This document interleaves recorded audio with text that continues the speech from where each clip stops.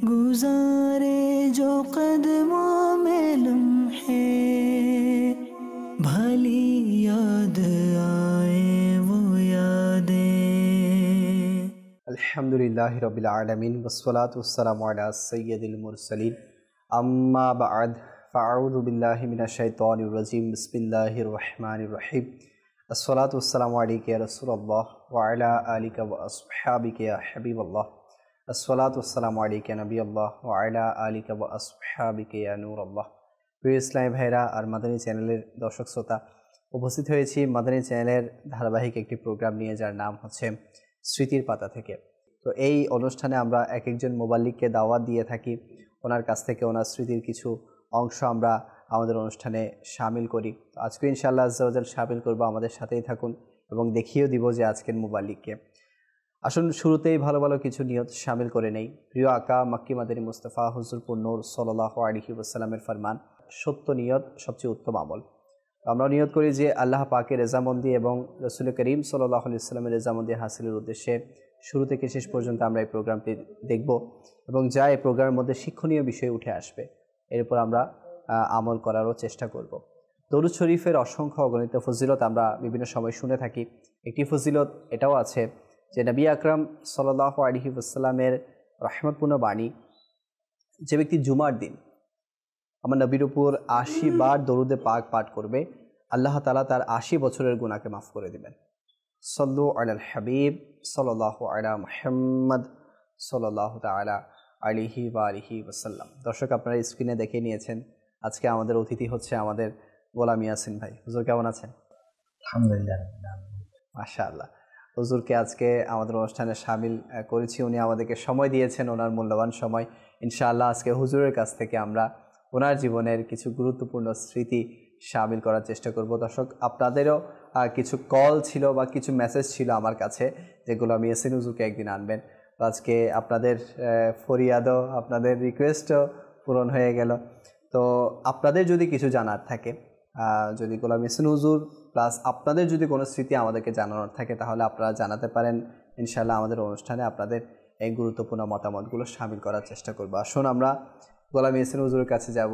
তো স্মৃতির পাতা থেকে অনুষ্ঠান, তো এটার মানেই হচ্ছে যে অতীতের স্মৃতি নিয়ে কথা বলা, বিশেষ করে দাওয়াত ইসলামীকে ঘিরে, দাওয়াত ইসলামীতে আসা, দাওয়াত ইসলামীতে থাকা, দাওয়াত ইসলামীতে জিম্মাদারি পালন করা, এই বিষয়গুলো নিয়ে কি কি স্মৃতি এ পর্যন্ত ওনার আছে, যেগুলো এমন স্মৃতি যেগুলো আজ পর্যন্ত ওনাকে মানে মনে করিয়ে দেয়, বা যেগুলো কথা ভাবলে উনি আবার অতীতে ফিরে যায়। তো এই সব স্মৃতিগুলো নিয়ে ইনশাআল্লাহ আজকে আলোচনা করবো। হুজুর, প্রথম প্রশ্ন আমার সেটা হচ্ছে, আপনি দাওয়াত ইসলামীতে কত সালে এসেছেন? আলহামদুলিল্লাহি রাব্বিল আলামিন ওয়াসসালাতু ওয়াসসালামু আলা সাইয়্যিদিল মুরসালিন আম্মা বা'দ ফাআউযু বিল্লাহি মিনাশ শাইতানির রাজিম বিসমিল্লাহির রহমানির রহিম। প্রথমে লিয়াকত ভাই, আপনাকেও মুবারকবাদ, ধন্যবাদ জানাচ্ছি। পাশাপাশি মাদানী চ্যানেলের দর্শকবৃন্দ যারা আমাদেরকে দেখতেছেন, সবাইকে অসংখ্য মুবারকবাদ। লিয়াকত ভাই, যখন দাওয়াত ইসলামীতে কখন এসেছি বলতে, প্রথম ইজতিমার অর্থাৎ যেটা সাপ্তাহিক ইজতিমা যেটা আমাদের হয়ে থাকে, এটা এসেছি ৫ তারিখ ৫ মাস ২০০৫। আল্লাহু আকবার, স্মরণীয় দিন এটাও। তো ৫ তারিখ ৫ মাস ২০০৫, এটা মাশাআল্লাহ।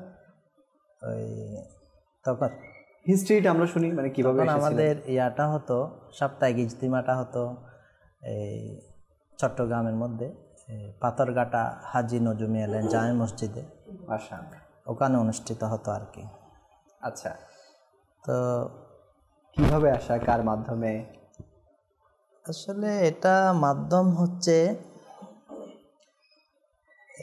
আমার একটা ইয়া ছিল, অভ্যাস এই ধরনের ছিল তখন। প্রথম আর কি, কোনো মাসআলা বা কোনো কিতাবের মধ্যে কোনো একটা জিনিস যদি আমার ভালো লাগতো, জি, তো অনেক সময় আমাদের কিতাবের মধ্যে দেখা যায় কিতাবের নাম দিয়ে থাকে, কিতাবের নাম, পৃষ্ঠা নম্বর, এভাবে খণ্ড এভাবে লেখা হয়। তো আমি একটা কিতাবের মধ্যে একটা মাসআলা দেখেছিলাম। তো যতটুকু মনে পড়তেছে ওই মাসালাটা হচ্ছে মেহেদি সংক্রান্ত।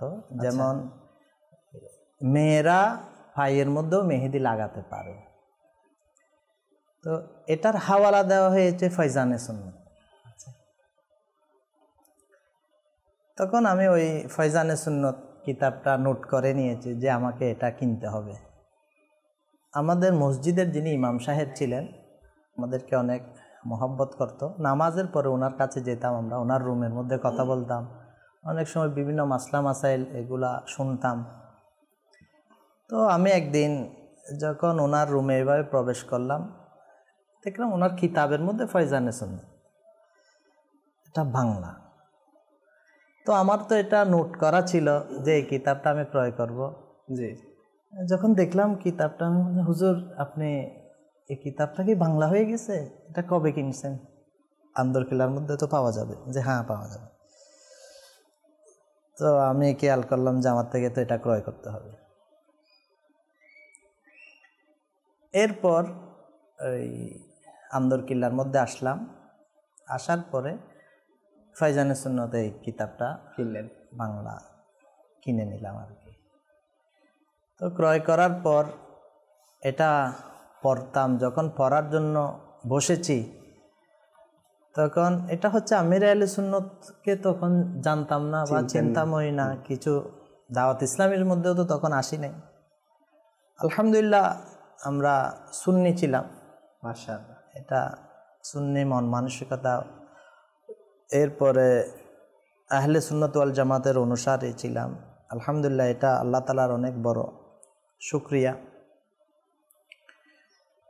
এখন ওই ফয়জানে সুন্নত বিশেষ করে তখন তো পুরাতনটা ছিল, এখন তো ওটা আপডেট করা হয়েছে অনেক কিছু। তো এটার একটা বিশেষত্ব এমন ছিল, এটা যতই পড়তাম এটা শুধু ইচ্ছা হতো আরও পড়ি এরকম। তখন ফয়জানে সুন্নত এটা পড়তে আরম্ভ করলাম, ভালো লাগতেছে। আর তখন অন্য কিতাব আর পড়া হচ্ছে না, শুধু ফয়জানে সুন্নত এই পড়া হচ্ছে। আর এটা আমির আহলে সুন্নতের আরেকটা বরকত হচ্ছে, আমরা তো অনেক কিতাব পাঠ করে থাকি, কিন্তু এটা আমার ব্যক্তিগত একটা অভিজ্ঞতা যেটা আমি দেখেছি। আমার আমির আহলে সুন্নতের কিতাব যতই আমি পড়তেছি, তো পাশাপাশি একটা আমল করার উৎসাহ আমার সৃষ্টি হয়ে যাচ্ছে। এদিকে এটা পড়তেছি, এটার উপর আমল করব। আসলে হুজুর আমরা শুনেছি যারা হক্কানি আলেম বা হক্কানি পীর হয়ে থাকে তাদের নাকি হাতের লেখার মধ্যেও নাকি কারামত থাকে, যে মানে যারা পাঠক এরা এর মধ্যেও নাকি ফয়েজ পায় বা এখান থেকে অনেক আগ্রহ পেয়ে যায়।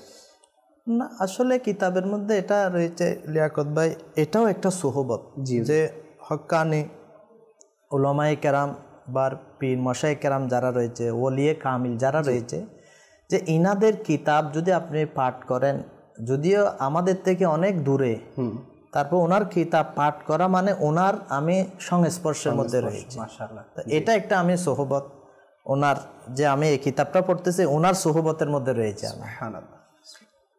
তখন তো ধরেন এই যেমন তেল লাগানো সুন্নত, এরপর খাবার খাওয়ার সুন্নত, এখানে লেখা ছিল, অধ্যায় ভাগ ছিল শেষের দিকে করে এরকম সুন্নত ছিল। তো যখন চুল বাবরি চুল রাখার সুন্নত, যখন তেল লাগানোর সুন্নত এটা পড়লাম যে এইভাবে তেল লাগাবো। সুবহানাল্লাহ, পড়তেছেন আর মানে নিয়ত করতেছেন ইনশাআল্লাহ পড়বো ইনশাআল্লাহ। তো যখন তেল লাগাতে যাচ্ছি তখন ওই যেভাবে লেখা রয়েছে চেষ্টা করতেছি এভাবে। আচ্ছা, আমির আহলে সুন্নাত ওখানে লিখেছে যে আমরা মাথার মধ্যে শীতি কাটি, মাথা আছড়ায় যখন, তো মাঝখানে ইয়া করতে হবে, মাঝখানে চেষ্টা করতেছি মাঝখানে ইয়া করার জন্য। চুল তো আর কাটতেছি না, এখন বাবরি চুল রাখবো। এখানে এটাতে ঘরের মধ্যে একটু সমস্যা দেখা দিয়েছিল সামান্য করে, চুল যেহেতু বড় হয়ে যাচ্ছে মাঝখানে ইয়া করতে শীতে কাটতেছি। তো এইভাবে আলহামদুলিল্লাহ রাব্বিল আলামিন কিছু কিছু আমল চলতেছে ফয়জানে সুন্নতের বরকতে। আচ্ছা, খাবার খেতে যখন বসতেছি তো ওখানে লেখা রয়েছে 3 আঙ্গুলে, তো এটা তো তখন বুঝতাম না আসলে কিরকম 3 আঙ্গুলে? হ্যাঁ 3 আঙ্গুলে খেতে হবে, মানে 3 আঙ্গুলে খাওয়া, এটা সুন্নতে মুবারাকা লেখা রয়েছিল ফয়জানের সুন্নতের মধ্যে। তো 5 আঙ্গুলে খাওয়াটা এটা অন্য একটা তরিকা বলা হয়েছে। তো আসলে তখন তো বুঝি নাই ভালো করে, যার কারণে আমরা তো ভাত 3 আঙ্গুলে খাওয়া অনেক সময় বাঙালির জন্য খুব কষ্টকর হয়ে যায়। তারপরেও যদি কেউ এই সুন্নতের উপর আমল করতে পারে তো মদিনা মদিনা। মাশাআল্লাহ। রুটিতেও 3 আঙ্গুলে খাওয়াটা সহজ।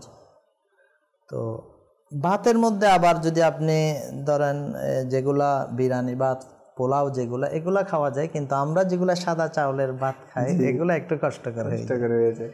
তো তারপরে চেষ্টা করতেছি 3 আঙ্গুলে খাওয়ার জন্য, এটা সুন্নতের উপর ইনশাআল্লাহ আমল করবো। এখন যখন খেতে বসলাম এখানে বকা খেতে হয়েছে, সবাই খেয়ে উঠে যাচ্ছে, আমি এখনো শেষ করতে পারতেছি না। আমি 3 আঙ্গুলে তো প্রথম প্র্যাকটিস করতেছেন। হ্যাঁ এখানে 5 আঙ্গুল চলে আসতেছে বা 4 আঙ্গুল চলে আসতেছে। তো এভাবে আলহামদুলিল্লাহ রাব্বিল আলামিন চলতেছে মোটামুটি। তো ওখানে পড়তাম ফয়জানে সুন্নতের অমুক পিছনের পৃষ্ঠা এগুলা দেখতাম, ওখানে লেখা রয়েছে প্রত্যেক বৃহস্পতিবার ইজতিমার দাওয়াত ছিল, ওখানে সাপ্তাহিক ইজতিমার দাওয়াত। তো নিয়ত করতেছি একদিন ওখানে যাব। চিনি না এখন, কাউকে পাই নাই, শুধু ফয়জানে সুন্নত এতটুকু। তো এভাবে করতে করতে কিছুদিন অতিবাহিত হয়ে গিয়েছে। এরপর শহরে একটা আমরা মাহফিলের মধ্যে এসেছিলাম, আমাদের সুন্নি মাহফিল ছিল, ওখানে এসেছিলাম। তো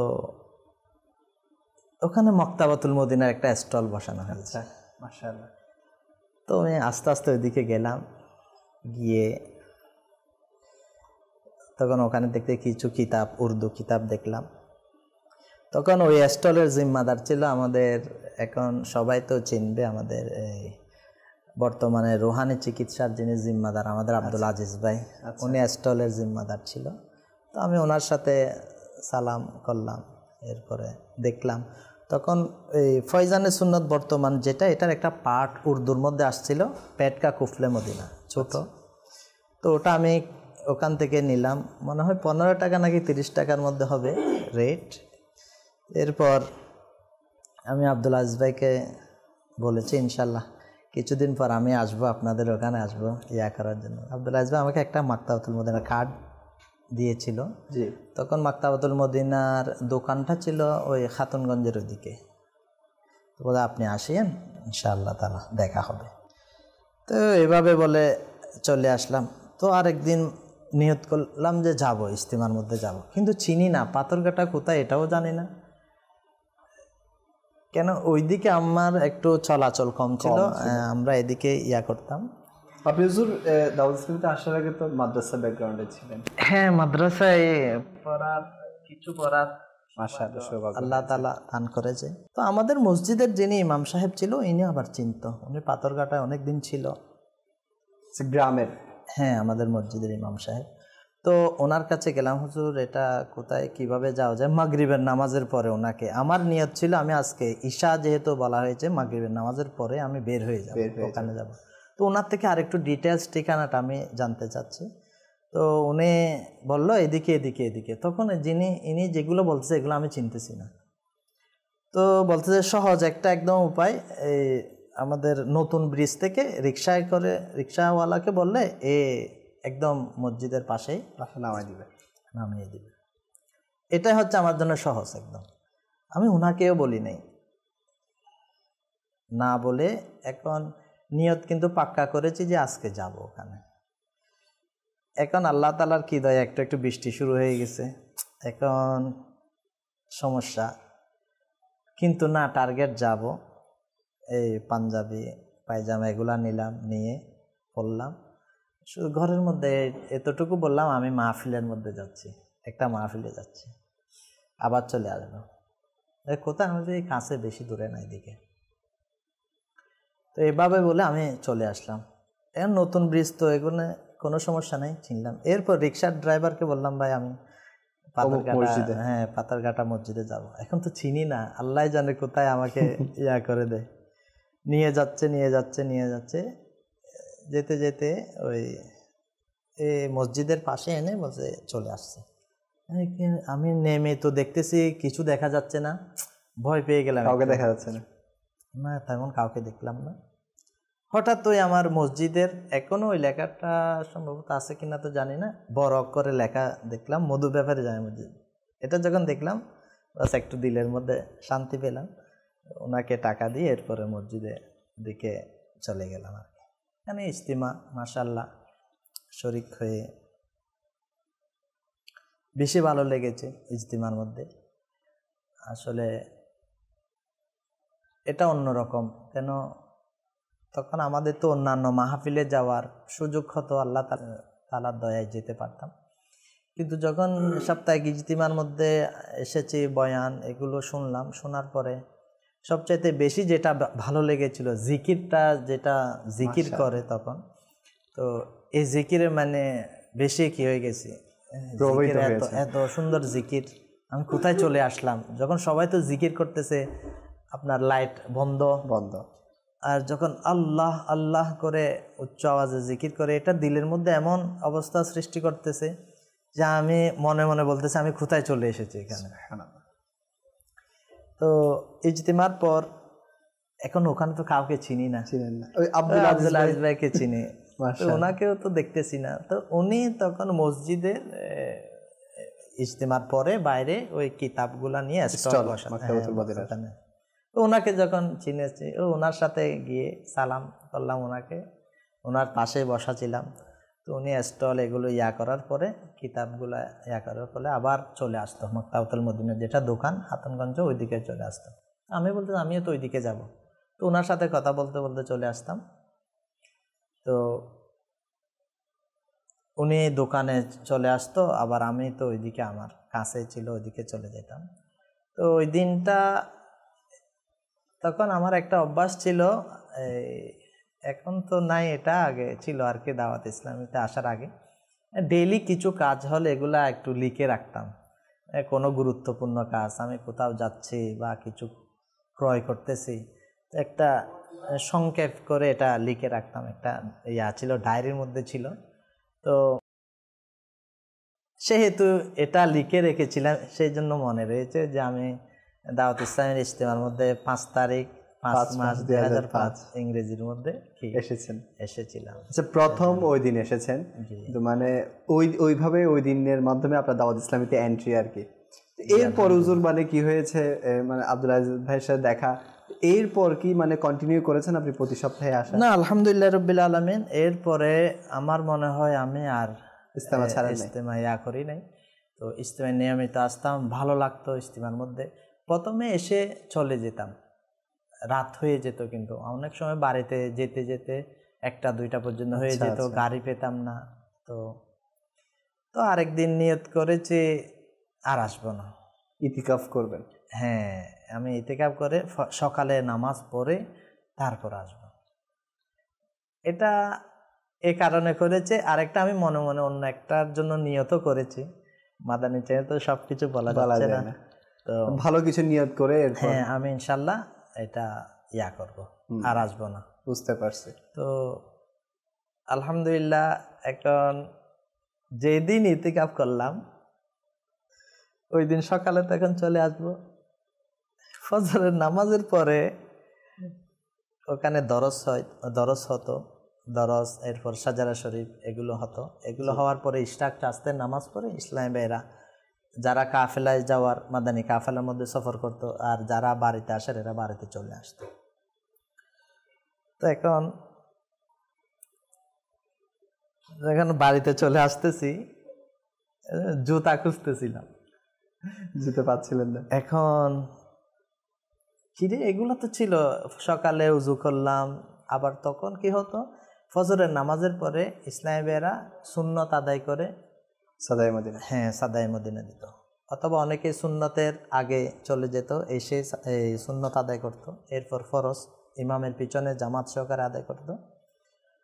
তো সাদায়ে মদিনা যখন আমরা দিলাম তখনও জুতা ছিল, কিরে এখন কোথায় চলে গেল, চিন্তা করতেছে, নাই বাস। তো আলহামদুলিল্লাহ, আমার আমির আহলে সুন্নতের জেহেন, মন মানসিকতা এটা এমন যে আমির আহলে সুন্নত ফয়জানে সুন্নতের মধ্যে লিখেছে, পুরাতন যেটা, ওঠার মধ্যে যে মসজিদের মধ্যে এরকম যদি জুতা পাওয়া না যায় তাহলে আপনি আর কারো জুতা এগুলা পরিধান করবেন না। অনেক সময় আমরা মনে করি কি আমারটা নিয়ে গেছে, আমার জুতা যেই ধরনের ঠিক পাশে সেই ধরনের আরেক জোড়া জুতা রয়েছে, তো কি ভুলে অনেকে নিয়ে যায়, এরকম পরিবর্তন হয়ে যায়। কিন্তু আমির আহলে সুন্নাত এটাও মানা করে দিয়েছে। আচ্ছা, অথচ মানে কেউ নেই ভেতরে, কেউ নেই, কিন্তু এক জোড়া পরে আছে, তাও এক জোড়া পরে আছে, তাও আপনার মনে হচ্ছে এটা আমার হতে পারে, যেরকম ঠিক সেম। আচ্ছা, হয়তো আপনারটা একটু নতুন, এটা একটু পুরাতন, এরকম হয়তো অদল বদল হয়ে গিয়েছে। আমির আহলে সুন্নাত বলতেছে না, এটাও নেওয়া যাবে। আল্লাহু আকবার। তো এভাবে খোঁজাখুঁজির পরে এখন দেখতেছি আর নাই, তো খালি পায়ে হাঁটা শুরু করে দিলাম। যখন বাড়িতে চলে আসলাম, গাড়ি থেকে নামতেছি, তখন খালি পায়ে, একদম সকাল সকাল। তো দাওয়াত ইসলামের আগে আমরা আরেকটা সুন্নি সংগঠনের সহিত জড়িত ছিলাম। তো এর আমাদের ইসলামী ভাই, উনি বলছে আপনি এত সকাল সকাল কোত্থেকে আসতেছেন, আপনার জুতা কই, খালি পায়ে? তখন একটু মানে লজ্জা পেয়ে গেছি। না না, আসলে একটু ইয়ে হয়ে গেছে, হ্যাঁ এভাবে বলে চলে আসলাম আর কি। তো এরপর আলহামদুলিল্লাহ রাব্বিল আলামিন, তারপরও আর ইজতিমা মিস হয় নাই, ইজতিমায় নিয়মিত আসতাম। একবার আমি অসুস্থ হয়ে গিয়েছি, এর কারণে প্রায় 1 মাস মতো ইজতিমায় আসতে পারিনি। তো আলহামদুলিল্লাহ আমাদের তখন যিনি জিম্মাদার ছিল, তখন তো মোবাইলও তেমন ছিল না, আমার কাছেও কোনো মোবাইল ছিল না, অ্যান্ড্রয়েডের চল কম ছিল, এমনি ওগুলা যেগুলা নর্মাল এগুলাও ছিল না। তো আমাদের জিম্মাদার যিনি ছিল, মাশাআল্লাহ, আমি ওনার শুকরিয়া আদায় করতেছি। আসলে জিম্মাদার এমন হওয়া উচিত, আমাদেরকে এরকম হওয়া উচিত। আমরা তো তখন যখন আসতাম তখন আমাদের কোনো জিম্মাদারিও ছিল না, একদম আমরা যে এখন বলি ইসলামী ভাই, সাধারণ ইসলামী ভাই, মহব্বতকার ইসলামী ভাই, তখন এই ধরনের ছিলাম, জিম্মাদারি এগুলা কিছু বুঝতাম না। তো যখন আসতেছি না, উনি একবারে এসেছিল আমাদের মসজিদের মধ্যে জাদুয়াল করার জন্য। ইনি আমার খোঁজ করতে করতে আমাদের মসজিদ পর্যন্ত চলে আসছে, কিন্তু ঘর তো চিনে না, মসজিদ পর্যন্ত চিনে। এরপর মসজিদের ইমাম সাহেব ওনাকে বলছে যে আমার বাসায় আসবে। তো ইশারের নামাজের পরে ইমাম সাহেব আরও কয়েকজন মুসল্লি সহ আমার ঘরে চলে। আপনি যখন অসুস্থ ছিলেন? হ্যাঁ, আমি অসুস্থ ছিলাম তখন। আলহামদুলিল্লাহ প্রায় সুস্থ হয়ে গিয়েছি। ডাক্তারও বলতেছে, মানে আমার নিয়ত ছিল আগামী সপ্তাহে আমি ইজতিমার মধ্যে যাব, সুস্থ হয়ে গিয়েছি তখন প্রায়। যখন ওনাকে দেখলাম এসে দরজার মধ্যে, আমাকে একজন এসে বলতেছে মেহমান আসতেছে। কে মেহমান? আমার তো কোনো মেহমান আসার কথা না। তো দেখলাম উনি জিম্মাদার। উনি এসে বলতেছে আপনি কোথায় চলে গেছেন? ওখান থেকে আমাদের এলাকা থেকে আমরা যখন আস্তে আস্তে আরও কিছু অনেক ইসলামী ভাই কিছু থেকে আস্তে আস্তে বাড়তেছে, ইসলামী ভাইরা যেতে লাগলো। এখন আমি না যাওয়ার কারণে সবাই আর যাচ্ছে না। তো এটা এনাদের এটা জেহেনের মধ্যে বা এনাদের চোখের মধ্যে এটা ধরা পড়ছে যে এই এলাকা থেকে তো কেউ আসতেছে না, কারণ কি? তো এই জন্য দেখার জন্য আসছে। তো উনি দেখতেছে অসুস্থ। আমি বলতেছি আমি নিয়ত করছি আগামী সপ্তাহে ইনশাআল্লাহ তাআলা সবাই মিলে চলে আসবো। তো আলহামদুলিল্লাহ এরপর থেকে আবার আসা শুরু করে দিয়েছি। আমরা সবাই এলাকার থেকে আসতাম। তো ওটা আমাদের জন্য আসলে আমরা যারা জিম্মাদার রয়েছি বা আমরা যারা ইসলামী ভাই রয়েছি, আমরা অনেক সময় ইসলামী ভাইয়ের খোঁজখবর রাখি না। তো আমাদের উচিত হচ্ছে মানে ইসলামী ভাইয়ের সম্পর্কে খোঁজখবর নেওয়া, অন্তত নিজেদের মাতেহাতদের ব্যাপারে এটা রাখা উচিত। অন্যান্য ইসলামে তো আছে, কিন্তু বিশেষ করে আমাদের মাতেহাত যারা আছে এদের, যেমন আপনার এই যে আজ পর্যন্ত এই কথাটা মনে আছে যে উনি আপনাকে দেখতে গিয়েছে, এটা এখনো মনে পড়লে আপনার ভালো লাগে। এরপর এখান থেকে নিজের ব্যাপারেও একটা আপনি এই জেহেন বানিয়ে নিয়েছেন, না আমিও এই আন্দাজটা গ্রহণ করব। মানে আমরা জিম্মাদার যারা আছি বিশেষ করে এদের এই জেহেনটা এটা রাখা উচিত? আসলে অবশ্যই করা উচিত। ভালো ভালো নিয়ত সহকারে যদি আমরা এই আমলটা করি তাহলে তো সওয়াবেরও অধিকারী হব। এটা শুধু আমরা মাতেহাত ইসলামী ভাই যারা আছে এটা না, আমরা যারা পারিবারিকভাবে আমাদের আত্মীয় স্বজন যারা রয়েছে এদের সাথেও যোগাযোগ করা উচিত। আসলে এটা অন্তরের মধ্যে খুশি লাগে। জি হুজুর। আমরা যদি কোনো মুসলমান আমাদের ইসলামী ভাই এনাদের সাথে একটু যদি ফোনে আলাপ করি, আপনি কেমন আছেন, কি অবস্থা, শরীর সুস্থ রয়েছে কিনা, এভাবে যদি একটু যোগাযোগ করেন এনাদের দিলের মধ্যে একটা মানে খুশি, দিল থেকে একটা মহব্বত সৃষ্টি হয়ে যায় বা দিল থেকে একটা দোয়া বের হয়ে যায়, এটা এমনিতেই চলে আসে। তো এটা একটা আন্তরিকতার বহিঃপ্রকাশ। এখন আসলে আমাদের এই কাজটা অনেক পিছিয়ে রয়েছে। যেমন আমির আহলে সুন্নাত এটার বিষয়ে একটা রিসালা, এটা আমাদের বাংলা হয়েছে না, তৎক্ষণাৎ পুপুর সাথে মীমাংসা সন্ধি করেন, এই ধরনের একটা রিসালা রয়েছে। ওখানে আমির আহলে সুন্নাত লিখেছেন এই সপ্তাহে আত্মীয় স্বজন ওনার সাথে যোগাযোগ করা বা এই আত্মীয় স্বজন এর পরের সপ্তাহে ওনাদের সাথে যোগাযোগ করা, যদি যেতে না পারে ফোনে কথা বলেও এটার সাথে কি করা মানে যোগাযোগ করা, এটার দ্বারা এই আত্মীয়তার সম্পর্ক যেটা রয়েছে এটা বন্ধন এটা মজবুত হয়ে যায়। তো আমাদের আসলে এই কাজটা বেশি করা উচিত, কিন্তু এটা তো হয় না। আচ্ছা, তো যখন ইজতেমাতে আসা যাওয়া হচ্ছে, আমাদের তো একটা মানে নিয়ম যে দাওয়াত ইসলামের যখন একটা ইসলামী ভাই পুরান হয়ে যায় বা আসা যাওয়া হয়ে যায় বা মাসখানিক বছরখানিক হয়ে যায়, তাকে দাওয়াত ইসলামে বুঝার পর তার যদি দাওয়াত ইসলামীটা বুঝে চলে আসে তাকে একটা জিম্মাদারি দিয়ে দেওয়া হয়। আপনাকে প্রথম কি জিম্মাদারি দিয়েছিল আর কতদিন পরে আপনি এই জিম্মাদারি পেয়েছিলেন? আসলে লিয়াকত ভাই, বর্তমান দাওয়াত ইসলামে আর তখন দাওয়াত ইসলামে কিছু তফাৎ ছিল, এখন তো অনেক আপডেট হয়েছে। জিম্মাদারি আসলে তখনকার জিম্মাদারের মন মানসিকতা এটা তখনকার পরিস্থিতি অনুযায়ী ছিল।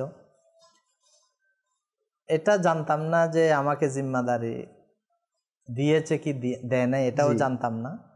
কিন্তু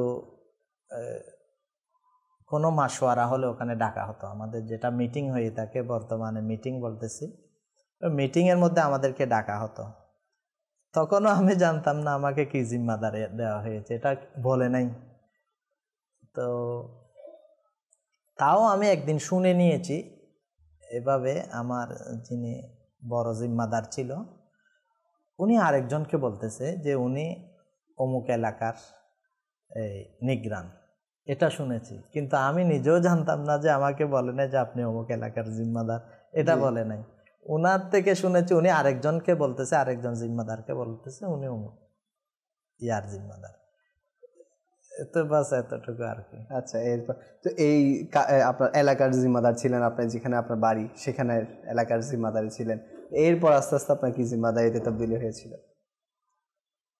এরপর আসলে যখন আমরা নিয়মিত ইজতেমে আসতাম, এলাকার মধ্যে কাজের কথা বলতো আমাদেরকে জিম্মাদাররা, তো আমরা মাদানী কাফেলার মধ্যে সফর করতাম। আমাদের প্রথমত এটা নিয়ত ছিল যে নেকির দাওয়াতকে প্রচার প্রসার করার জন্য, পাশাপাশি যারা ইসলামী বেরা রয়েছে ইনাদেরকে ইজতেমার মধ্যে আনা।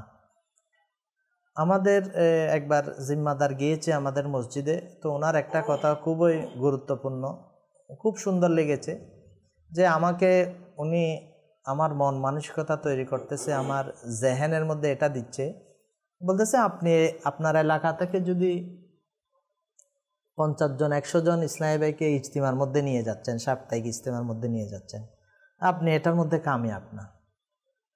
আমি এগুলা শুনে তো আশ্চর্য হয়ে গেছি, কেন আমাদের ওখান থেকে গাড়ি আসতেছে এখন, তখন জিপ ছিল, জিপ এক ধরনের গাড়ি, যারা রাঙ্গামাটিতে যায় এরা চিনবে, এখনো ওদিকে পাওয়া যায়। তো এইভাবে আমরা এক জিপ পর্যন্ত নিয়ে চলে আসতাম, আস্তে আস্তে এরকম হয়ে গেছিল। তো এটার কারণ আমাকে বলতেছে আপনি আপনার এলাকা থেকে 50 জন বা 100 জন নিয়ে গেলে আপনি এটা মনে করিয়েন না আপনি সফল হয়ে গেছেন। আপনি সফল তখন হবেন যে আপনি আপনার এলাকা থেকে 5 জন, আপনার ওই এলাকা থেকে 5 জন, ওই এলাকা থেকে 5 জন, আপনার গ্রামের আশেপাশে যে গ্রাম আরও 5টা রয়েছে, আপনি প্রত্যেক গ্রাম থেকে 5 জন 5 জন করে, এইভাবে যদি আপনি 5 গ্রাম থেকে 5 জন 5 জন করে 25 জন ইসলামী ভাই নিয়ে যান, তাহলে আপনি এক প্রকার সফল। তার মানে কিভাবে সফল? আপনি এই নেকির দাওয়াতের পয়গামটা 5টা এলাকার মধ্যে পৌঁছাতে পেরেছেন। আপনি তো এখন আপনার এলাকার মধ্যে সীমাবদ্ধ। জি। তো তখন এটা আমার জেহেনের মধ্যে আলহামদুলিল্লাহ রাব্বিল আলামিন এটা আসছে। তো তখন চিন্তা করতাম না আমাকে আমার গ্রাম ছেড়ে অন্য গ্রামে যেতে হবে। তো আসলে কাউকে তো চিনতাম না তখন, দাওয়াত ইসলামীকেও অনেকে চিনত না।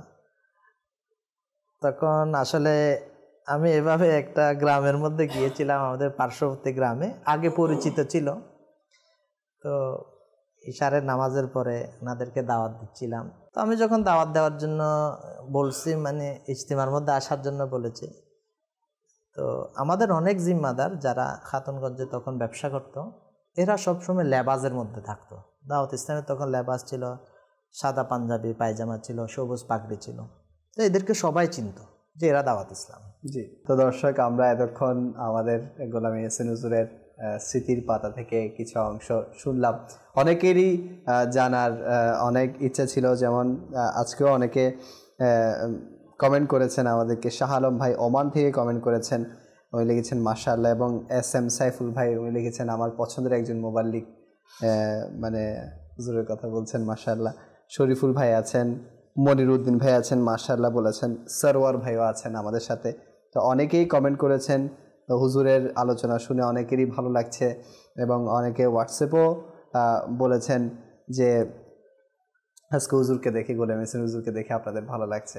তো আসলে আমাদের পুরাতন যারা বিশেষ করে মোবাল্লিগ আছে, কয়েক বছর হয়ে গেছে যাদের দাওয়াত ইসলামীতে, তো তাদেরকে আনার মাকসাদ একটাই, উদ্দেশ্য একটাই, যে ওনারা যেহেতু দাওয়াত ইসলামীকে খুব কাছ থেকে এবং খুব দীর্ঘদিন ধরে দাওয়াত ইসলামের সাথে আছে, তো এজন্য ওনাদের চাইতে ভালো আর দাওয়াত ইসলামীকে কে রিপ্রেজেন্ট করতে পারবে। আজকে আমার হুজুর যে কথাগুলো বলছে এগুলোও কিন্তু মানে ফেলে দেওয়ার মতো নয়, শিক্ষণীয় বিষয়। এই যে উনি শুরুতেই কিতাব অধ্যয়ন করতে করতে, কিতাব রিসার্চ করতে করতে দাওয়াত ইসলামীকে পেয়েছে, এটাও কিন্তু মানে আমাদের একটা শিক্ষণীয় বিষয়। যে আজকে আচ্ছা হুজুর, এই বিষয়টা নিয়ে যদি আপনি বলতেন যে কিতাব পড়া আপনার যেটা একটা শখ ছিল, এটা আমাদের মধ্যে কিভাবে মানে জাগ্রত করতে পারি আমরা, যে দ্বীনি কিতাবগুলো পড়া। এখন তো দাওয়াত ইসলামী এত সহজ করে দিয়েছে, কিতাবের পর কিতাব, এতগুলো কিতাব হয়তো আমরা ঘরে নিয়েও যেতে পারবো না, বা ঘরে এত বড় লাইব্রেরি আমি বানাতে পারবো না যতগুলো দাওয়াত ইসলামী আমাদেরকে প্রোভাইড করছে কিতাব, রিসালা। আসলে লিয়াকত ভাই, এটা আল্লাহ তাআলার একটা দয়া। আসলে এটা তো যখন কিতাবে পড়তাম তখন যদি কোনো হাওয়ালা দেখতাম না, তখন মানে ইচ্ছা জাগতো এই কিতাবটা ক্রয় করব। এটা একটা শখ ছিল যে, তো এই জন্য আমি কী করতাম, এটা নোট করে নিতাম যে এই কিতাবটা আমার কিনতে হবে। তো এইভাবে লিস্ট করে করে টার্গেট করতাম, এই মাসে 2টা কিনবো, তারপর মাসে এই 2টা কিনবো, এটা টিক মার্ক দেওয়া হতো। তো আসলে এটা যখন আমরা কিতাব স্টাডি করব আস্তে আস্তে, তখন ইনশাআল্লাহ তাআলা এটা একটা আগ্রহ সৃষ্টি হয়ে যাবে। তো আগ্রহ যখন আপনার সৃষ্টি হয়ে যাবে, ইনশাআল্লাহ তাআলা আপনি ওই পথে আরও অগ্রসর হতে থাকবেন। মাশাআল্লাহ, এটা এক ধরনের নিশ্চুপ মোবাল্লিগ। আপনার ব্যাপারে একজন লিখছেন যে আপনি মানে আসলে তারিফ করছে, এখন আপনার সামনে বলতেও আমার ইয়ে লাগছে, তারপরও দিল খুশির নিয়তে মানে একজন বলছে যে মানে আপনার কাছ থেকে মাশাআল্লাহ অনেক উপকার পাওয়া যায় এবং আপনি সদুপদেশ দিয়ে থাকেন, খুব ভালো মনের একজন মানুষ। তো আসলে আপনাদের অনুরোধ ছিল গোলাম এহসান হুজুরকে আনার, এজন্য আজকে আপনাদের রিকোয়েস্টও পূরণ হয়ে গেল। তো হুজুর, আপনি প্রথম মাদানী কাফেলা কোথায় করেছিলেন, কখন করেছিলেন? প্রথম মাদানী কাফেলা হয়তো এটা এই হাটহাজারের এরিয়ার মধ্যে হয়তো ছিলাম এটা। আচ্ছা, এটা এই দর্শকদের সহজে যাতে বুঝতে পারে এই জন্য বলে, আমাদের যিনি মুবাল্লিগ রয়েছেন সালাউদ্দিন ভাই, আচ্ছা আচ্ছা, হাটহাজারি জিনার বাড়ি, ওনার এক বন্ধু, ওনার বন্ধুর অনুরোধে ওই ওনার বন্ধুর মসজিদে, অর্থাৎ গ্রামের মসজিদে আমরা ওই কাফেলাটা গিয়েছিলাম। তো ওখানে আমরা যারা ছিলাম, যতটুকু মনে পড়তেছে, এই আমাদের এখানে সালাউদ্দিন ভাই উনি পরের দিন আসছিল, এরপরে আমাদের কামাল ভাইও ছিল, যিনি আমাদের বর্তমান নিগরান আমাদের কামাল ভাই ছিল। এরপর আরেকজন ইসলামী ভাই ছিল, হয়তো পুরাতন যারা ইসলামী ভাই ওনারা চিনবে, উনি বিদেশের মধ্যে থাকতো, আমাদের বাড়ি ভাই বলে। জি। তো উনিও ছিল। তো এটাই হচ্ছে প্রথম কাফেলা। অনুভূতি কি, মানে এখানে কেমন লেগেছে যে জীবনের প্রথম মাদানী কাফেলা করেছিলেন আপনি? আসলে কাফেলায় এটাও আসলে ইসলামী ভাইদেরকে আসলে এটা জজবা দিতে হয় কাফেলায় যাওয়ার জন্য। তখন কাফেলা তেমন ইজতিমার মধ্যে তো আসতাম, কিন্তু কাফেলার সম্পর্কে তেমন ইয়া ছিল না। তো এক ইসলামী ভাই আমাকে রাত্রে যখন এতেকাফ করতাম, তো এক ইসলামী ভাই আমাকে রাত্রে মসজিদের ওখানে উজুখানা ছিল লম্বা করে, তো উনি আমাকে আমার পিঠের উপর হাত রাখলেন, হাত ধরে আমাকে বুঝাচ্ছেন এইভাবে, কাফেলা এমন, কাফেলা এরকম। ভালো করে বুঝতেছি না, যদি আপনি কাফেলা যান তখন সত্যিকার বুঝতে পারবেন যে ইসলামটা এটা কত কষ্টের বিনিময়ে আমাদের কাছে পৌঁছেছে। না হলে এমনি বোঝা যায় না আমাদের ইসলামটা যে আমরা মনে করতে খুব সহজে আমরা পেয়ে গিয়েছি। আসলে ইসলামটা যারা আমাদের কাছে পৌঁছিয়েছেন এরা অনেক কষ্টের বিনিময়ে আমাদের কাছে ইসলামটা পৌঁছিয়েছেন। এটা আপনি যখন কাফেলার মধ্যে যাবেন তখন এই অনুভূতিটা আপনার আসবে।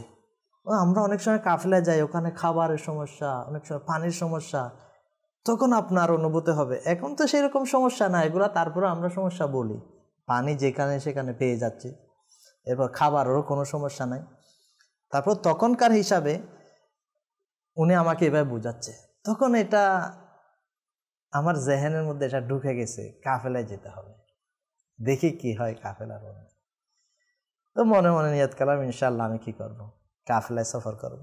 তো একদিন ব্যাগ সহ নিয়ে চলে আসছি কাফেলার মধ্যে, মসজিদের মধ্যে ইজতিমার মধ্যে চলে আসলাম। ইজতিমার পরে আমরা সবাই মিলে সকালে কাফেলাটা রওনা হলো আর কি। মাশাআল্লাহ। আচ্ছা হুজুর, এখানে একটা বিষয় না জানলেই নয়, আমরা এখানে এক একজন এক এক কিছু দেখে প্রভাবিত হয়। আপনিও ইজতেমায় এসে জিকির দেখে প্রভাবিত হয়েছেন। পরবর্তীতে মানে কখন জেনেছেন যে সংগঠক হচ্ছে আমিরুল সুন্নাত, আর আমিরুল সুন্নাতের কোন বিষয়ে আপনাকে সবচেয়ে বেশি প্রভাবিত করেছে, যে যেটা আপনি অন্য কারো মধ্যে মানে খুঁজে পান না? আর এটা তো মানে আমিরুল সুন্নাতের কোন বিষয়টা আমরা ছাড় দিব এমন কোনো বিষয় নেই, কিন্তু আপনি কি দেখে প্রভাবিত হয়েছেন এত বড় একজন ওলি কামিলের?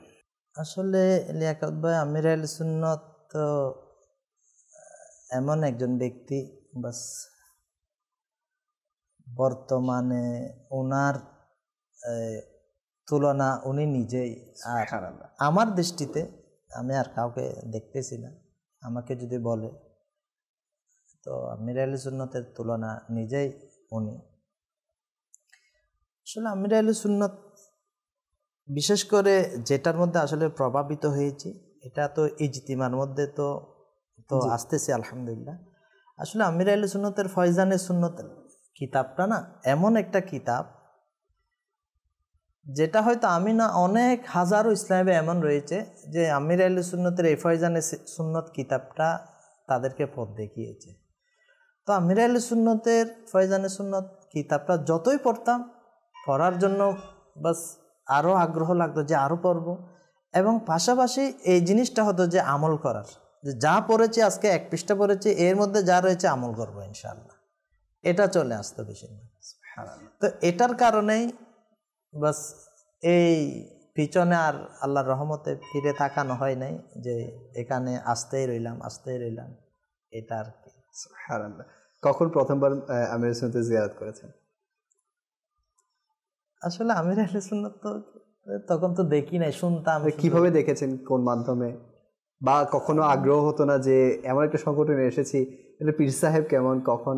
আচ্ছা, ইনার মুরিদ হওয়ার কারণ কি আপনার? একটু কোশ্চেনগুলো হয়তো কঠিন হয়ে যাচ্ছে, তারপরও মানে আপনি কেন বেছে নিলেন যে আমিরুল সুন্নাতের মুরিদ হব? মানে বলে না যে এই পীরের এটা ভালো লেগেছে, এটা লেগেছে, এই জন্য। আসলে তো অনেক হক্কানি আলেম আছে, অনেক হক্কানি পীর আছে আলহামদুলিল্লাহ, আমাদের বাংলাদেশেও আছে। তো আপনি কেন এদিকে ঝুঁকে গেলেন, ওনার মুরিদ হয়ে গেলেন? মাদানী চ্যানেল দর্শক এরা যারা শ্রোতা রয়েছেন, দর্শক এরা কিভাবে নেয় এটা তো জানি না। আসলে আমিরুল সুন্নাতের আসলে মুরিদ হওয়ার পিছনেও মানে একটা কারণ এটাও রয়েছে যে আসলে একজন সত্যিকার পীর এটা খোঁজার চেষ্টা করতেছি। আমাদের আমরা উলামায়ে আহলে সুন্নাত যারা রয়েছেন এনাদের থেকে আমরা শুনতাম যে যাদের কোনো পীর নাই তাদের পীর শয়তান হয়ে থাকে, আর পীর যাদের পীর থাকে তারা শয়তানের কুমন্ত্রণা থেকে, শয়তানের অনেক ওয়াসওয়াসা থেকে, ধোঁকা থেকে এরা অনেকটাই বেঁচে যায়। এভাবে জেহেনে ছিল মানে মুরিদ হওয়ার জন্য একটা পীরের বায়েত হব। তো একজন পীরকে সিলেক্ট করেছিলাম, কিন্তু হয়তো আমার নসিব ছিল না ওখানে। জি। এখন কাছে এসেও বায়েত হওয়ার সুযোগ হয় নাই ওনার। আচ্ছা। পরবর্তীতে তাও আমার একজন ফ্রেন্ডের কারণে পারি নাই, বন্ধুর কারণে। উনি বলতেছে পরে হয়ে যাবে আর কি, উনি মানা করেন, বলতে আজকে না পরে হয়ে যাবে।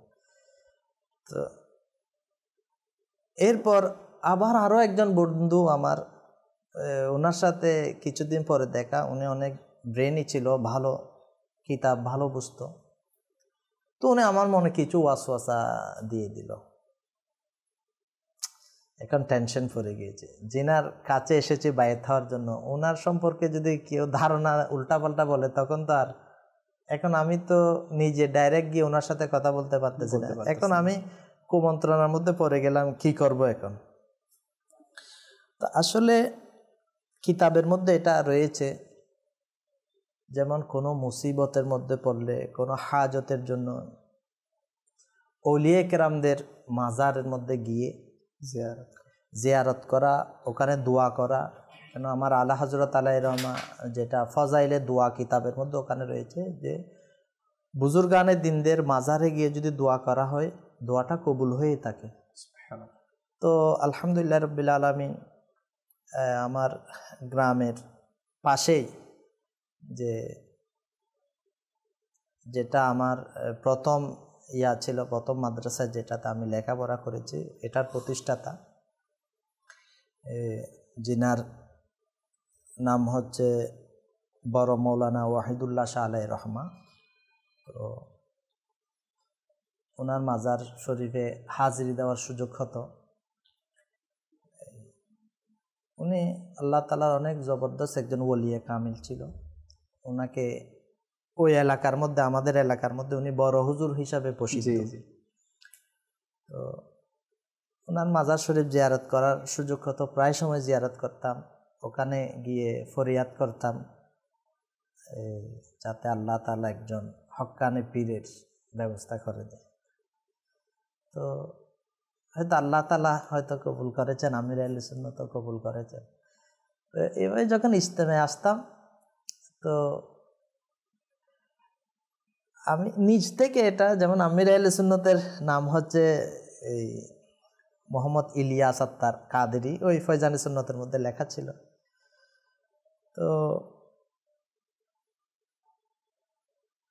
আমি কি করতাম, যখন এখানে আস্তে আস্তে ইসলামের সাথে দেখা হচ্ছে, তখন আমিও নিজের নামের সাথে, এখনো হয়তো পুরাতন যেটা আমার কিতাব রয়েছে ওখানে লেখা এখনো রয়েছে, এই আমিও নিজের নামের সাথে আত্মার এটা লিখে দিচ্ছি। অথচ মুরিদ হন নাই না, এগুলা এমনি কি জন্য জানি না, কি জন্য লিখে ফেলছি। তখন ওখানে আলা হযরত আলাইহির রহমারও এটা করতাম, ইয়াসিন রেজা আত্মার, এইভাবে লিখতাম। আচ্ছা। তো এইভাবে যখন ইজতিমার মধ্যে আসতাম, আমাদের তখন ইসলামী ভাই তখন মকতুবের মাধ্যমে, চিঠির মাধ্যমে ইজতিমা এই মুরিদ করানো হতো। ইসলামী ভাই আসতো এখানে, তো যারা মুরিদ হওয়ার ইচ্ছা পোষণ করতো এদের নামগুলা নিয়ে যেত আমির আহলে সুন্নাতের দরবারে। আমির আহলে সুন্নাত ওখান থেকে মুরিদ হয়ে গেলে ওনাদের জন্য চিঠি পাঠাতো, একটা মকতুব, আপনাকে মুরিদ হিসাবে কবুল করা হয়েছে, একটাই আসতো। তো আমাকে এভাবে এক ইজতিমার পরে, আমরা যখন ইজতিমা শেষের দিকে, তখন বলছে আপনি মুরিদ হবেন, আমাকে এক ইসলামে বলতেছে আমির আহলে সুন্নাতের মুরিদ হবেন। আমি জি জি, ছেলে নাম দিয়ে দেন। তো আমি কি করছি, ইয়াসিন রাজা আত্মার লিখে ফেলছি, তো উনি বলতেছে আত্মার না, আত্মার হচ্ছে একজন, আপনি হবেন আত্মারে। ওই দিন থেকে বুঝে আসছে যে আসলে আমি তো এতদিন ভুল করছি। আচ্ছা, ওই দিনের আগ মুহূর্ত পর্যন্ত কি আপনি বাবার চেহারা দেখেছিলেন? দেখেন নাই? তো এরপর এই আমাদের যিনি জিম্মাদার এসেছিল ওনাকে নামটা দিয়েছিল। অনেক দিন পরে দেখতেছি, তাও ইস্তিমার পরে, তো বলতেছে আপনার জন্য সুসংবাদ। আমাকে এক ইসলামে এসে বলছে কি সুসংবাদ? বলতেছে আপনার মক্তব এসেছে, চিঠি এসেছে যে আমির আহলে সুন্নাত আপনাকে মুরিদ করেছে। তো আলহামদুলিল্লাহ, তখন জিম্মাদাররা বলতো, ওটা লেমিনেটিং করে এখনো রেখে দিয়েছি, এটা আছে। মাশাআল্লাহ। তো দেখি বাবা নিজের হাতে লেখা মক্তব? এটা পুরোপুরি বলতে পারবো না, তো এখন তো মজলিসে করে, তখন কি মজলিসে না আমির আহলে সুন্নাত লেখা। আর এখন আর মক্তুব আর তখনকার মক্তুবের মধ্যে পার্থক্য হচ্ছে, তখনের মক্তুবে নামটা লিখে দিত। তো আসলে এখানে আর একটা সুন্দর একটা ঘটনা এটা রয়েছে যে আমার নাম ছিল তো মোহাম্মদ ইয়াসিন। জি জি জি। তো ওখানে মক্তুব যেটা এসেছে এখানে লিখেছেন গুলাম ইয়াসিন আত্মার। তো এখন চিন্তা করতেছে কিরে এরকম, এটা কি আমার নামে এসেছে? তো পরে এই একদম সাইটের মধ্যে লিখে দিয়েছে, বলতেছে আসলে মোহাম্মদ ইয়াসিন এটা নামটা এক প্রকার শুদ্ধ নয়। তো বাহারের শরীয়তের হাওয়ালা দিয়ে ওখানে লেখা রয়েছে গুলাম ইয়াসিন। মাশাআল্লাহ। তো ওখান থেকে গুলাম ইয়াসিন। কখন দেখেছিলেন প্রথম আমির আহলে সুন্নাতকে? আসলে মাধ্যমটা কি ছিল? আমির আহলে সুন্নাত তো প্রথমত ভিডিওর মধ্যে আসতো না। যখন আসলে এই যখন নতুন নতুন আমির আহলে সুন্নাত ভিডিওর মধ্যে আসতেছে, তো তখন আমির আহলে সিডি বের হয়েছে। একটা সিডি সম্ভবত তারুফে আমির আহলে সুন্নাত, তারুফে আমির আহলে সুন্নাতকে তারুফে দাওয়াত ইসলামী, এই ধরনের একটা সিডি বের হয়েছে। তো তখন আমাদের সবাইকে ডাকা হয়েছে। এটা কি ইজতিমার দিন না অন্য একটা দিন এটা মনে পড়তেছে না। তো যখন ডাকা হয়েছে আমির আহলে সুন্নাতকে দেখবো আজকে, আচ্ছা, বড় একটা স্ক্রিন করা হয়েছে প্রজেক্টরের মাধ্যমে। তখন আমির আহলে সুন্নাত প্রথমে পা দেখানো হচ্ছে, এরপর আস্তে আস্তে চাদর, চেহারাটা এখনো আসে নাই। সব শেষে আমির আহলে সুন্নাতের চেহারাটা দেখানো হয়েছে। আসলে তখন অনুভূতিটা অন্যরকম, বলার মতো না। আচ্ছা হুজুর, শেষ প্রশ্ন, সময়ও প্রায় শেষের দিকে। এখন যারা নতুন নতুন আলহামদুলিল্লাহ দাওয়াত ইসলামী এখন আমার আপনার সামনে অনেক একটা বিশাল নেটওয়ার্কের সাথে জড়িত হয়ে গেছে, দাওয়াত ইসলামী প্রত্যেকটা প্রান্তে প্রান্তে ছড়িয়ে গেছে। আপনারা হয়তোবা যখন জিম্মাদারিতে ছিল পুরো বাংলাদেশে এত কাজ ছিল না, কিন্তু এখন অনেক কাজ, অনেক দাওয়াত ইসলামী প্রচার প্রসার হয়েছে আলহামদুলিল্লাহ আল্লাহ পাকের দয়ায়। এখন যারা দাওয়াত ইসলামীকে কোনো জিম্মাদারের মাধ্যমে না, এমনি হয়তোবা সোশ্যাল মিডিয়ার মাধ্যমে, আমাদের চ্যানেলের মাধ্যমে আসতেছে, নিউ কামার যারা, এদেরকে আপনি কি বলতে চাইবেন? বা এরা আসতেছে কোন পদক্ষেপে যদি তারা এন্ট্রি করে দাওয়াত ইসলামীতে ইস্তেকামত পাবে? দাওয়াত ইসলামের কোন কোন বিষয়ের প্রতি তাদের খেয়াল রাখা উচিত আর কোন দিকে চলা উচিত? আসলে যারা এভাবে আসবে না, আমি এদের কাছে অনুরোধ করব, আমরা কাউকে না দেখি। কেন অনেক সময় দেখা যায় আমি কোনো জিম্মাদারে যদি একটা ভুল ত্রুটি বা দোষ ত্রুটি আমার নজরে পড়ে যায়, তখন হয়তো মনে করব এটা দাওয়াত ইসলামী এরকম না, এটা না। আমরা সবসময় দেখবো আমির আহলে সুন্নাতকে। কেন? আমরা সাধারণ মানুষ, আমাদের দোষ ত্রুটি প্রকাশ পাওয়াটা স্বাভাবিক। আমরা কেউ পরিপূর্ণ না, দোষ ত্রুটি বের হয়ে যাবে। হয়তো কোনো কথার মধ্যে, কাজের মধ্যে একটা বকাঝকা দেওয়া, এটার মধ্যে অনেকে কষ্ট পেয়ে যায়। তো আমরা যেহেতু মানুষ, আমাদের এগুলো হয়ে থাকবে। তো আল্লাহওয়ালা যারা, আল্লাহ তাআলা ইনাদেরকে হেফাজত করে রাখে এই ধরনের থেকে, দোষ ত্রুটি থেকে হেফাজত করে দেয়। তো এই জন্য আমরা কোনো ইসলামী ভাইকে দেখে, আমি বলবো কোনো জিম্মাদারকে দেখে আমরা দাওয়াত ইসলামীতে না আসি। আর দাওয়াত ইসলামের কাজও না করি। আমরা কাজ করব আমির আহলে সুন্নতকে দেখে, আর এই নিয়তে কাজ করব আল্লাহ তার রসুলের সন্তুষ্টির জন্য, মাশাআল্লাহ। কাউকে সন্তুষ্ট করার জন্য। যদি কাউকে সন্তুষ্ট করার জন্য আমরা কাজ করি, আজকে ওনার জিম্মাদারে আছে, কালকে নাও থাকতে পারে, অথবা ওনার দ্বারা এমন কোনো কিছু কাজ হয়ে গিয়েছে যেটা সমাজের সবার খারাপ লাগতেছে বা আমারও খারাপ লাগতেছে, তাহলে ওনাকে দেখে যদি আমি কাজ করি তাহলে বা উনি এরকম করছে আমি আর করব না, এরকম চলে আসবে। যদি আল্লাহ তার রসুলের সন্তুষ্টির জন্য কাজ করি তাহলে ইনশাআল্লাহ তাআলা ইস্তেকামতটা মিলে যাবে খুব সহজেই। মাশাআল্লাহ। তো আর এটা জেহেনে রাখতে হবে, আসলে এটা হচ্ছে আমার নবীর কাজ, মানুষদের কাছে নেকির দাওয়াতটা পৌঁছিয়ে দেওয়া, নিজের সুন্নতের উপর আমল করা, শরীয়ত মোতাবেক চলা, এটা হচ্ছে বাস আমাদেরকে আমার রসুল ইরশাদ করেছেন, তো আমরা এই কাজটা করব। যেমন হাদিসে মুবারকার মধ্যে এটাও রয়েছে, বাল্লিগু আন্নি ওয়ালাউ আয়া, আমার পক্ষ থেকে পৌঁছিয়ে দাও যদি একটি মাত্র আয়াতও হয়ে থাকে। তো আমার রসুলের পয়গাম এটা আমরা কি করব, ব্যাপক করব, প্রচার প্রসার করব। তো কোনো জিম্মাদারকে রাজি করার জন্য না, হ্যাঁ জিম্মাদারকেও যদি রাজি করি এটা এই জন্যই করবো আল্লাহকে রাজি করার জন্য করব। কেন প্রত্যেক কাজ যদি আমরা আল্লাহ তাআলাকে সন্তুষ্ট করার জন্য করি, আল্লাহ তাআলাকে রাজি করার জন্য করি, ওই কাজটা আমাদের ইবাদত হিসাবে গণ্য হবে। মাশাআল্লাহ, মাশাআল্লাহ। দর্শক, আপনারা গুরুত্বপূর্ণ মাদানী ফুল শুনতে পেলেন যে দাওয়াত ইসলামীতে থাকতে হলে কিভাবে থাকতে হবে আর কোন ডিরেকশনে আমাদেরকে যেতে হবে। আসলেই আমিরুল সুন্নতের জাতকে দেখে যদি আমরা দাওয়াত ইসলামীতে থাকি, ইনশাআল্লাহ ইস্তেকামতটাও আমাদের পাকাপোক্ত হবে। আল্লাহ করিম আমাদের সবাইকে এই মহলে থাকার, এই মহলেই মৃত্যুবরণ করার এবং কাল কিয়ামতের দিন আমিরুল সুন্নতের সাথে সাথে উঠার, ওনার সাথে জান্নাতে যাওয়ার সে তৌফিক দান করুক। আজকে আমরা গোলাম হোসেন হুজুরের কাছ থেকে অনেকগুলো স্মৃতি শুনলাম।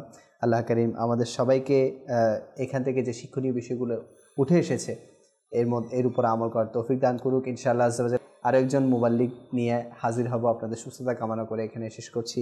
সাল্লু আলাল হাবিব সাল্লাল্লাহু তাআলা আলা মুহাম্মদ সাল্লাল্লাহু তাআলা আলাইহি ওয়াসাল্লাম। गुजारे जो कदमों में लम्हे भली याद आ